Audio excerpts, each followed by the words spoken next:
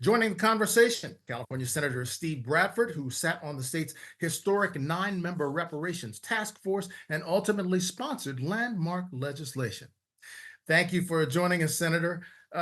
Take us into your mindset. Lots to talk about here, but take us to the mindset of your very first day when you sat down with your fellow committee members in 2021 to come up with a plan. What was in your head?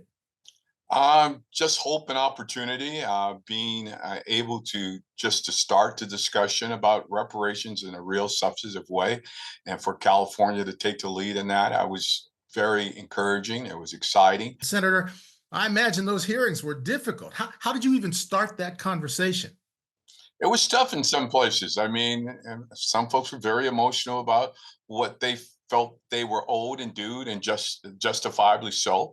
Mhm. Many were, very much agitated that we weren't talking about checks. This was, as I stated, never about checks. Reparations was about land, and how do we provide individuals who have never owned property here in California or America to become homeowners. That's how generational wealth is passed on. But just expanding the conversation of many ways we can address the wrongs that happen over 200 years of, in bondage servitude in this nation, and how do we not necessarily make folks whole, but at least make amends, make recognition, and some form of atonement. One of the most oft-repeated objections to reparations in California is that it was never a slave state. So, what then are the justifications for reparations? California was very much a slave state. The first governor of California owned slaves. If you were brought here as a slave, you were treated as such. If Ah, you ran away, we had a fugitive slave law that returned you back to not only the state that you escaped from, but to the plantation. If you were a female slave and you gave birth, your child was born a slave. So we were enslaved in practice, maybe not in name, but in practice and deeds. We did everything that Alabama, Mississippi, Georgia did. So we were a slave state in practice, and right. there's no denying that. Well, that's good that you corrected that because I think in most history books, it paints California in a much brighter light, so to speak. As we often say, the stories that made America and the stories that America's made up. Those are the stories that America's made up. Families who have their property seized from them due to race-based eminent domain. Is that California's predominant violation here?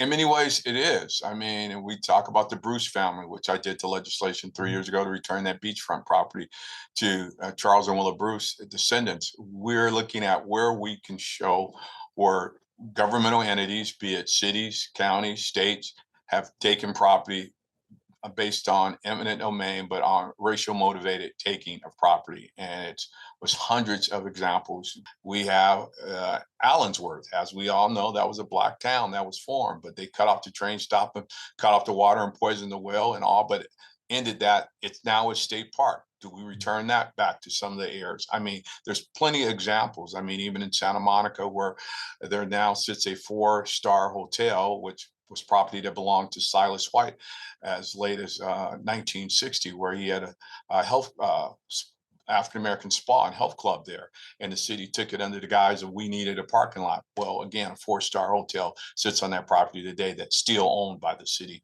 of Mhm. Santa Monica. Those proceeds should be going to Silas White's heirs. As those hearings proceeded, what were perhaps the biggest hurdles that the committee had to clear? One of the biggest hurdles was determining the community of eligibility. Okay, so we're not going to just see black folks lined up outside the Capitol saying, "Where's my check?" I mean, we probably will be, but they're not all going to be entitled to it. What makes you eligible? Again, being a descendant of chattel slavery, being able to tie your history, your lineage to chattel slavery, or that you arrived here prior to the early 1900s. So that's going to be the determining factor in and of itself. There's going to be some other criteria, but that's primarily the number one of narrowing it down to those individuals who would qualify. Does that include people of mixed races, people who are mixed with Native American or Hispanic background, maybe in towns where families fled during and after slavery?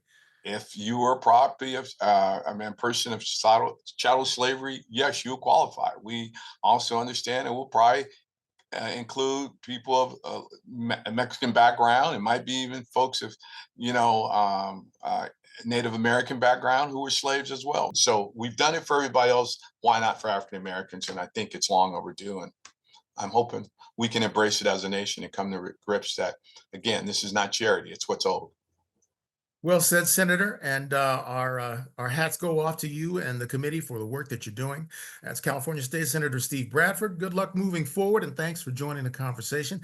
We'll get back now to our live convention coverage.